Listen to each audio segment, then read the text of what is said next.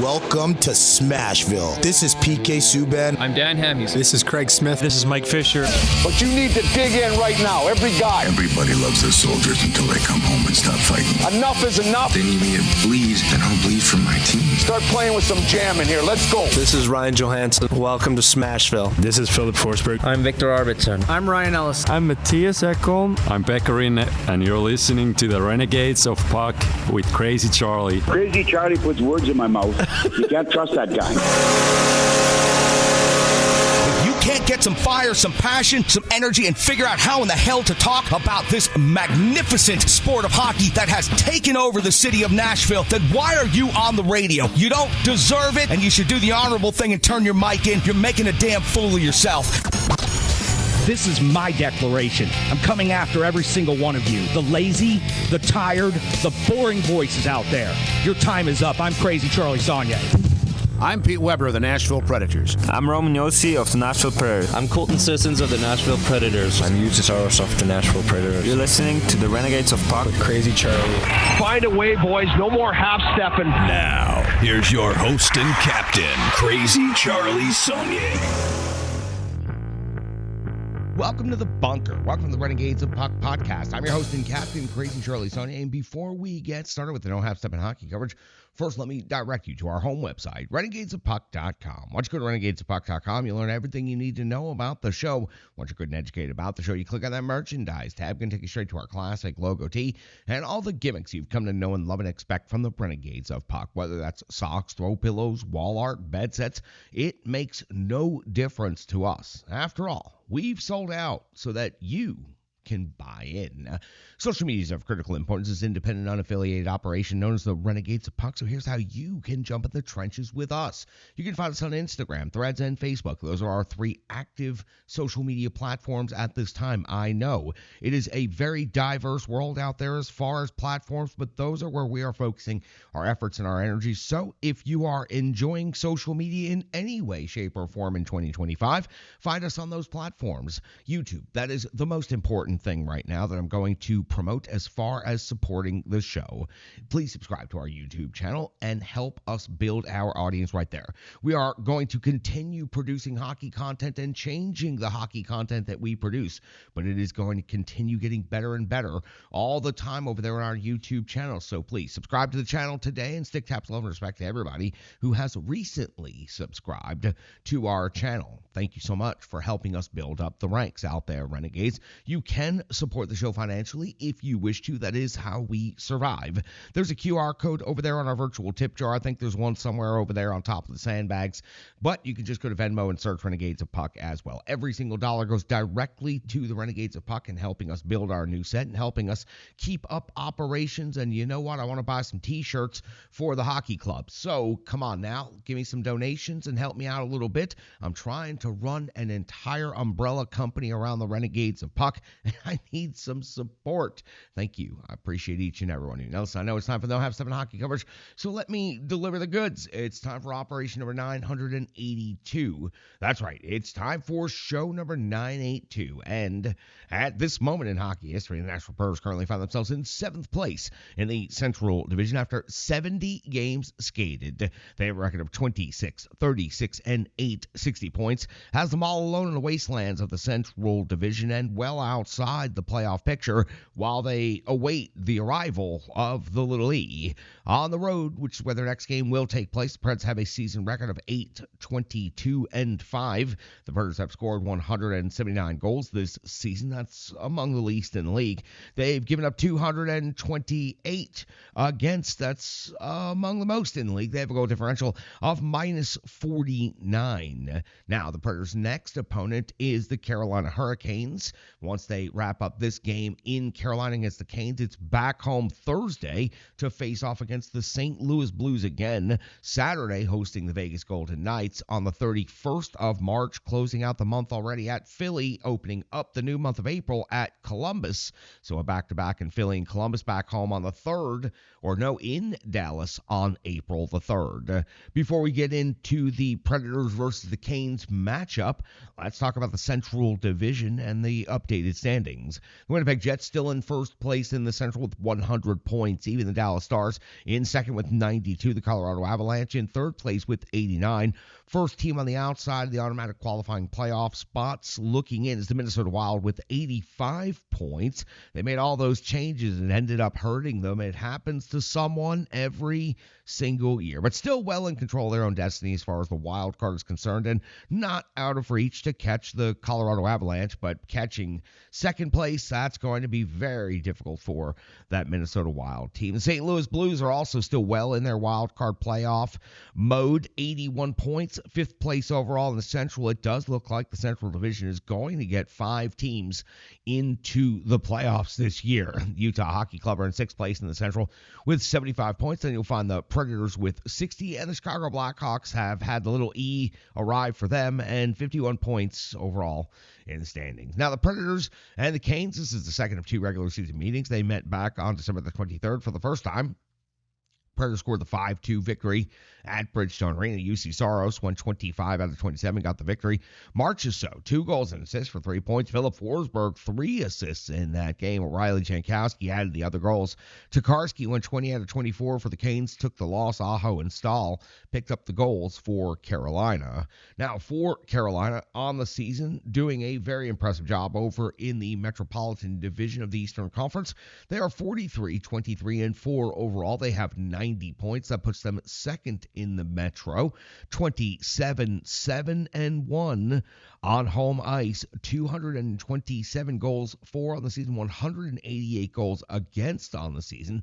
That's a goal differential of plus 39. Now, their most recent stretch of 5 completed games, we take you back to March the 14th, where we've had a 4-2 win versus Detroit. The next night on the 15th, a 5-0 win at Philadelphia. On the 20th of March, a 3-1 win at San Jose. On the 22nd of March, a 7-2 loss at the LA Kings. And their most recent completed game on March the 23rd was a 5-2 win at the Anaheim Ducks. Anderson picking up the victory, going 35 out of 37. When it comes to the rankings and the numbers between these two teams, the Carolina Hurricanes goals for 3.24 on the season is 8th best overall in the NHL, while the Predators 2.54 goals per game is dead last at 32nd in the NHL. In the goals against category, 3.26 for Nashville is 24th, 2.66 for Carolina is 6th overall. 31.7 shots on goal for the Carolina Hurricanes is second best in the league.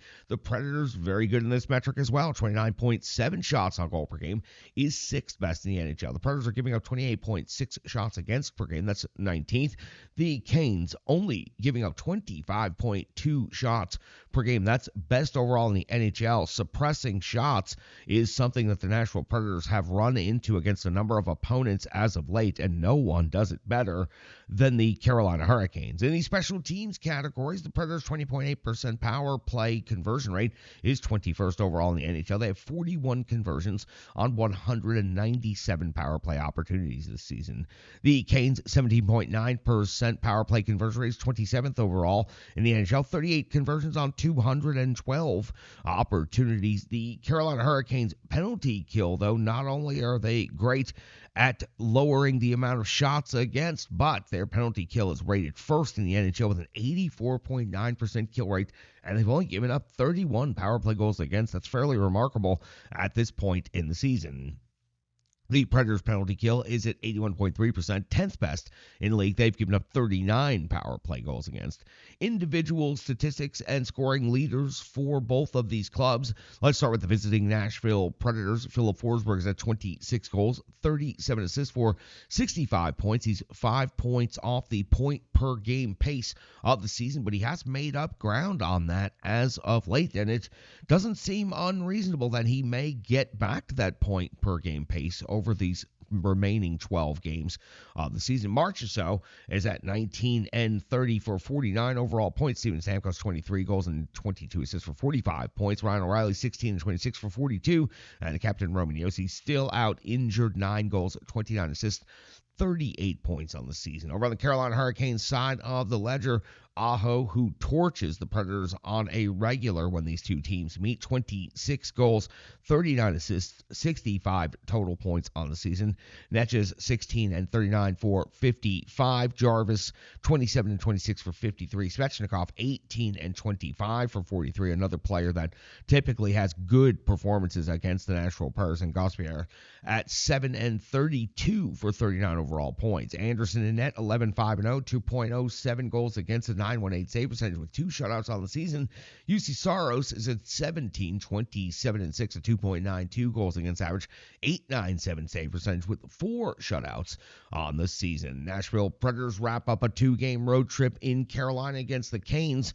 One of the rare opportunities this season where the Predators have a chance to sweep a season series. They're 1-0 against the Canes with that victory back on December the 23rd at Bridgestone Arena. If they can continue that success, they'll go 50-50 on this road trip. That's going to do it for the preview section. Let's go to the Rebirth Sports full game recap. Then we'll have analysis, box score, and so much more, and an update on the opener for the Renegades of Puck Hockey Club in a brand new season. Coming up next, right here, Renegades of Puck Podcast. Hockey players are as unique as the game itself, and your uniform should be tailored to fit you. Rebirth Sports is your sports apparel tailor. From shells, bags, warm-ups, hats, hoodies, branding, and more, let Rebirth Sports be your custom hockey tailor. And don't forget to tell them they do more than just hockey. Rebirth Sports on Facebook, Twitter, and Instagram. Rebirth Sport, a match made in hockey.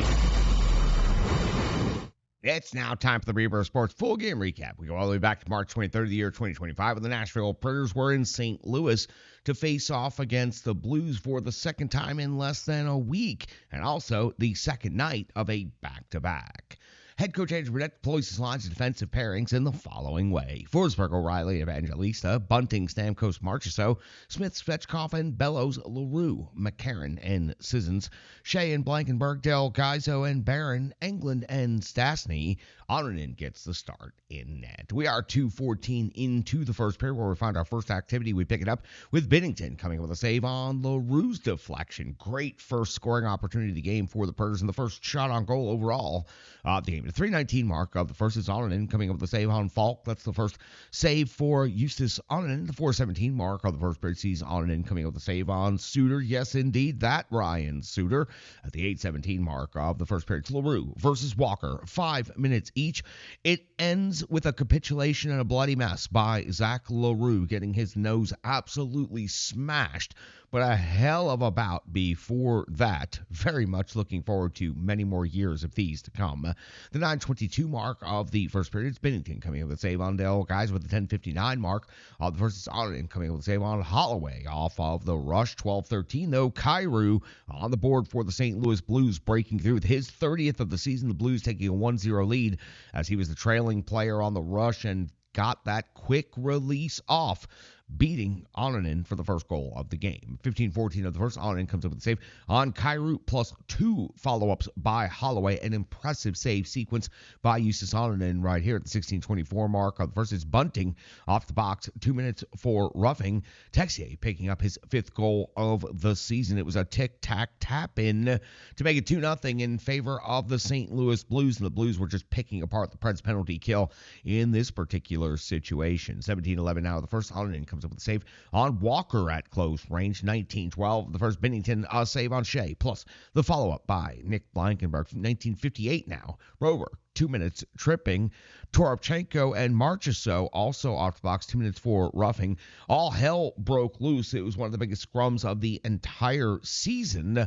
Very surprised not more penalty minutes coming out of this situation. Glad there was still time on the clock, because I think if the officials had a chance to review the videotape during intermission, they might have assessed more penalties, but this was definitely a situation where Marchessault felt like he took a dirty hit, and he got up and torpedoed his man on the other side of the rink. We hit the end of the intermission. St. Louis holds a 2-0 lead and are out shooting the Nashville Predators 9-7. The Predators do get a power play out of that situation and that big scrum at the end of the first period, so a minute and 59 of that carries over to the second period. That's where we pick up the action with Philip Forsberg scoring his 28th goal of the season. He turns Suter around and then used that ace release to put the puck in the net. The Nashville Predators on the board, but still trailing St. Louis 2-1 early in the second. 5:19 of the second period. It is Broberg off the box, 2 minutes for high sticking Binnington. A save on Stamkos. Binnington also a save on Marchessault. The Predators power play unable to convert on this opportunity. 9:48 now of the second period. It's Binnington with a save on Bunting.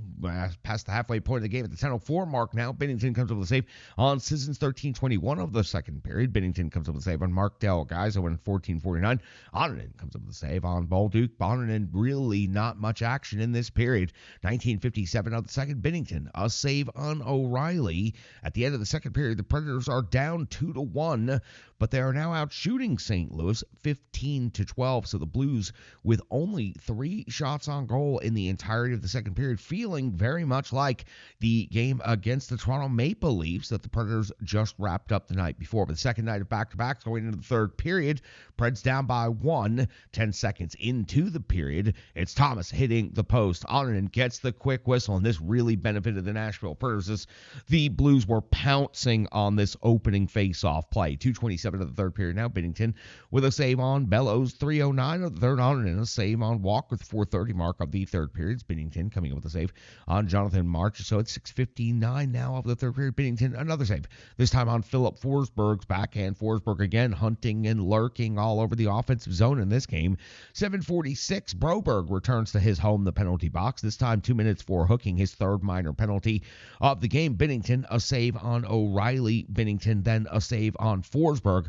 Predators cannot convert on this opportunity at the 10:29 mark of the third, just past the halfway point of the period. Now Falk, his 4th goal of the season, comes off of a 3-on-2 rush. The Blues jumped on the D-zone face-off. The Predators win the face-off. This has happened to them now twice in the last couple of games, and they jump on that puck and off to the races. The 3-on-2 and ends up in the back of the net. St. Louis Blues now lead 3-1. 12:52 of the third. Binnington comes up with a save on LaRue.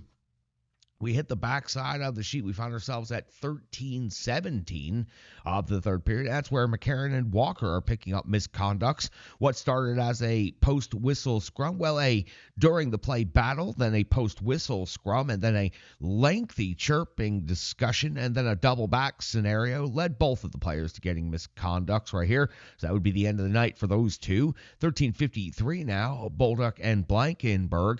We're going to get a situation now where Blankenberg looks like it was a knee-on-knee contact, or more significant contact than it actually was during live play. So the St. Louis Blues overreact to the situation. So Blankenberg clips his man there in the neutral zone, and then all of the St. Louis Blues decide to jump and rat pack Nick Blankenberg. So we end up with Bolduc off the box, 5 minutes for cross-checking as he hit Blankenberg while he was down on the ice extremely viciously. Obviously, it earned a 5-minute major for cross-checking. Blankenberg does get a minor for tripping. That means 4-on-4 for 2 minutes. Then the Predators on a 3-minute major power play. This should be the turning point of the game, but O'Reilly picks up a penalty, 2 minutes for tripping almost immediately. 10 seconds in, as a matter of fact, creating a 4-on-3 power play for the St. Louis Blues for 1 minute and 50 seconds. Oninen comes up with a save on Holloway. The Nashville penalty kill would do a fantastic job. Then they would get the opportunity to engage in that major power play scenario. Binnington would come up with a save on Forsberg. Binnington would also come up with a save on O'Reilly, but the Predators fail to capitalize on a major power play situation. 18:52 now of the third period. Binnington comes with a save on Steven Stamkos at 19:22. Schenn with the empty net goal, his 17th of the season, makes it 4-1 in favor of the St. Louis Blues, and that's going to be your final. It would not play out the same way as it did the previous day against the Toronto Maple Leafs. This time, the Predators lacking the energy reserve and unsuccessful in special teams play, unable to make the comeback. They fall 4-1. They do outshoot the St. Louis Blues 28-18. The rough stuff, as we predicted, happened all throughout this game. Fights, misconducts, big hits, very aggressive play all over the ice. Jonathan Marchessault just absolutely torpedoing his man and only getting 2 minutes. relieved for that could have been much worse. So for the Nashville Predators and St. Louis Blues, they're going to do this again in just a couple of days, and I think the final act of the season series between these two teams is going to be quite vicious. But that's going to do it for this one. The Preds started out with 7 shots on goal in the first. They go to 15 by the end of the second. They finish with 28. They only get on the board for 1. That's the second game in a row they've lost to the St. Louis Blues by the score of 4-1. That's going to do it for the Rebirth Sports full game recap. We do have analysis, box score, and more coming up next, right here on the Renegades of Puck podcast. Hello, hello, hello. I'm Tracy, owner-operator of Strong Style Fitness. And that's me and my training assistant, Rizzo. And we are here to bring you fitness that meets you where you are by offering circuit classes, bar-inspired classes, Tabata workouts, boot camps, guided stretching, and more, all taught by a certified personal trainer, me.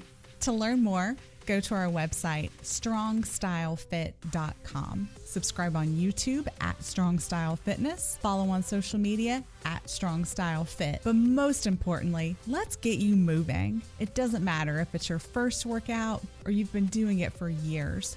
Strong Style Fitness has the workout that meets you on your journey and helps you along the path to a happier, healthier life. I understand where you've been, what you were going through, and where you were going, and I want to take you there. We'll see you on the mat. Mwah. That was the Rebirth Sports full game recap. Let's do some analysis and then get inside the box score and the numbers. Otternen got the start in this game. 14 out of 17. Very light workload. Still 3 goals against. And you know what? He wasn't bad, but he was just overpowered by the St. Louis Blues. And this is the second game in a row between the Predators and the Blues where St. Louis has just simply looked like they're on a different level. Otternen felt like he did what he could back there, but the support in front was lacking at times during this game. Forsberg picks up the only goal for the Nashville Predators in this game on a power play. Pretty slick situation right there. He spins Suter around and then uses that wicked release to beat the netminder Bennington.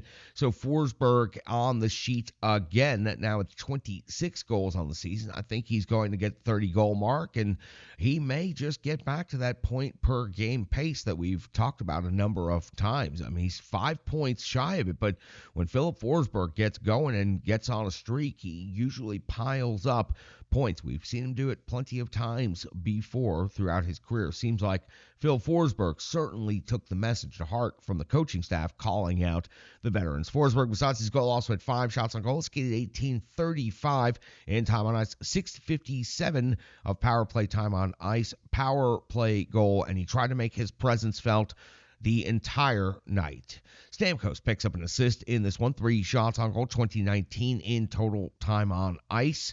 Not a whole lot, though, in the respect to the rest of his game in this one. He just wasn't a factor, and he needed to be against a big-time club like the St. Louis Blues right now.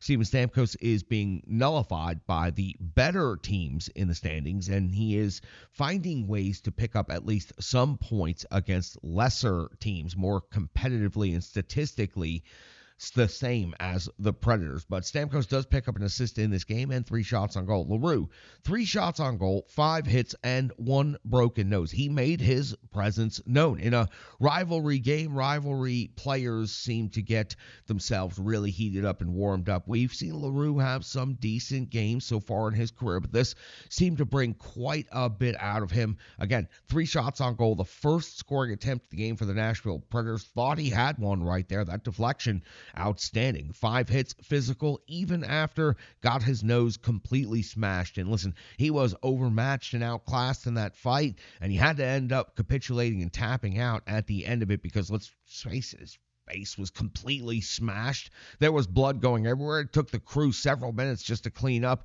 the ice from where they were dancing while he was leaking. So for LaRue, this was a good, solid performance. He comes back. He looks like a hockey player out there. He's got the cotton balls up the nose. He's got the broken nose. He's probably going to have the black eyes the rest of the season after that particular fight. But I like the way LaRue plays the game. I like the way he was handling going up against a rival who, let's face it, the Predators are completely completely outmatched in a hockey sense by at this moment. Blankenburg also generates an assist for this game, 20-30 in total time on ice, and I continue to find him in the analysis portion of things because he's doing positive things even when the overall team is not. Blankenburg is finding ways to stand out, and I think the coaching staff and general manager has to be recognizing that Blankenburg has a great opportunity with the full defense core around him when Luzon is back and Yossi is back and then Brady Shea is completely healthy.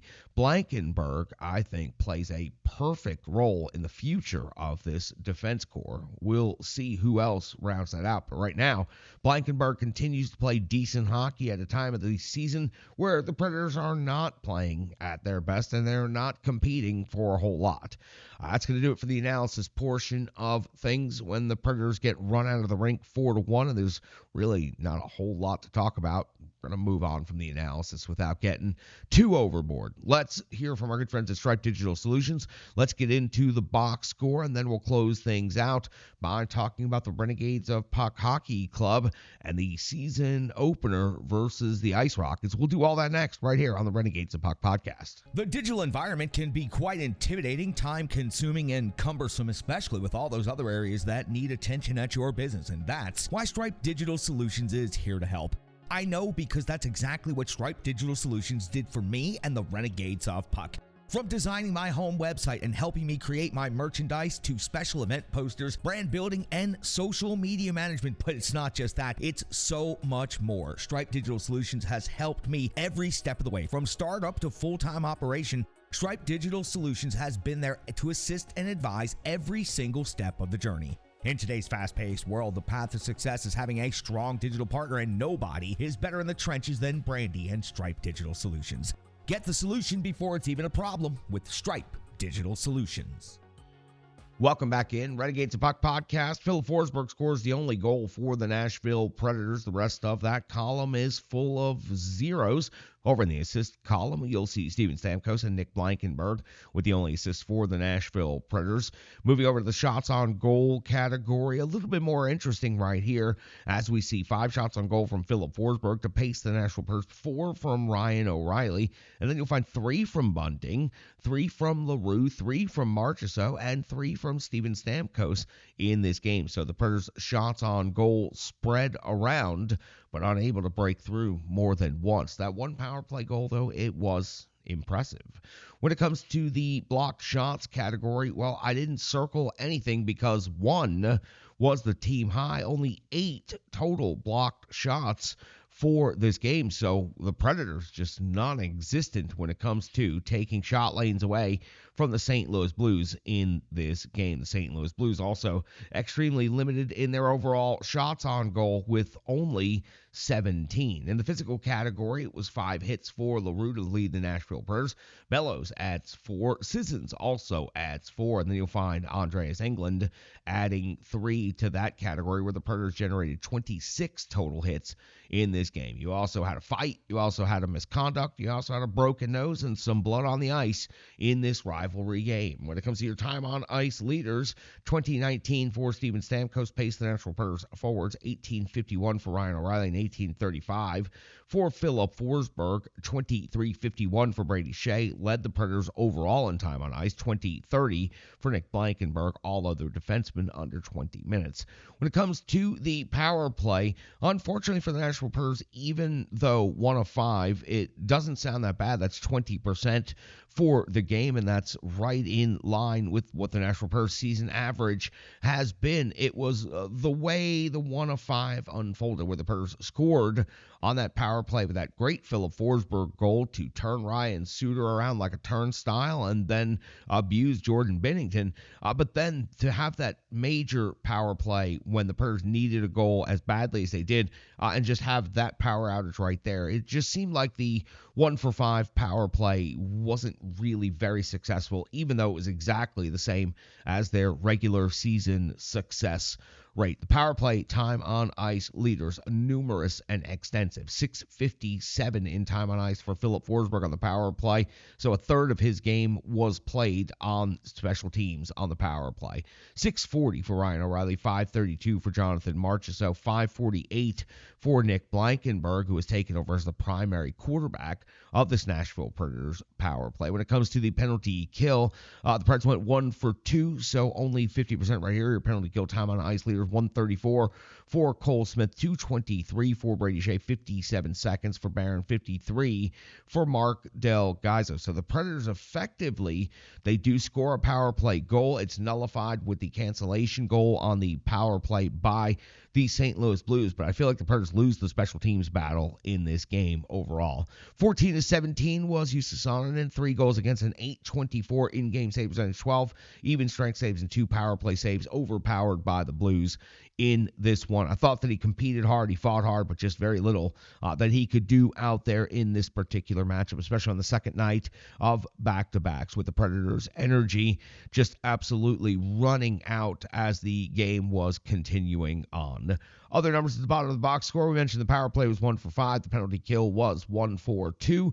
Face-off winning percentage for the Predators, 55.6%, 26 hits in the game, only 8 block shots, 5 takeaways, 17 giveaways, loose with the puck, and they lose by 4-1. So to close this episode out, we'll talk about how the Predators were abused by the Blues, second game in a row that they've lost, 4-1, and it's going to happen again on Thursday night unless the Predators bring a different level of energy, a different level of effort. The St. Louis Blues are surging in the standings. They're one of the hottest teams in the entirety of the NHL, and they are that team that in the final 30 games of the season is going to go on that run, and then suddenly they'll be talking about how they came out of nowhere and they're in the conference finals. The St. Louis Blues seem to be on the trajectory and course of the team that happens to every year. There's always one. There's always one team that is ahead in the standings the first 40, 50 games of the season, makes a bunch of trades and makes a bunch of changes, and then suddenly finds himself sinking and finds himself in trouble, say like the Minnesota Wild, who are not really in trouble. They're very much in control of their wild card situation, but they were in second place in the Central for quite some time, then made a bunch of big changes, now sinking. Someone always surprisingly drops in the final 30 games of the season, and someone always surprisingly rises. The St. Louis Blues are that team, and they are going to wear the Nashville Predators out for a fourth time in this next meeting. They were counting on these 3 games late in the season against the Nashville Predators, who have been a 7th place team for seemingly months now. They were counting on these points and these games to help them surge ahead in the standings. That's one of the reasons that the Blues are finding themselves in such control. But the Blues are railroading and running over everybody at this moment in time, and they're going to do it to the Nashville Predators. If the Predators do not want to be swept in the 4-game season series against their division rival, the St. Louis Blues, there needs to be a level of aggression, a level of escalation, and a level of attitude that the Predators simply don't typically deploy. They have plenty of players that would be willing to engage.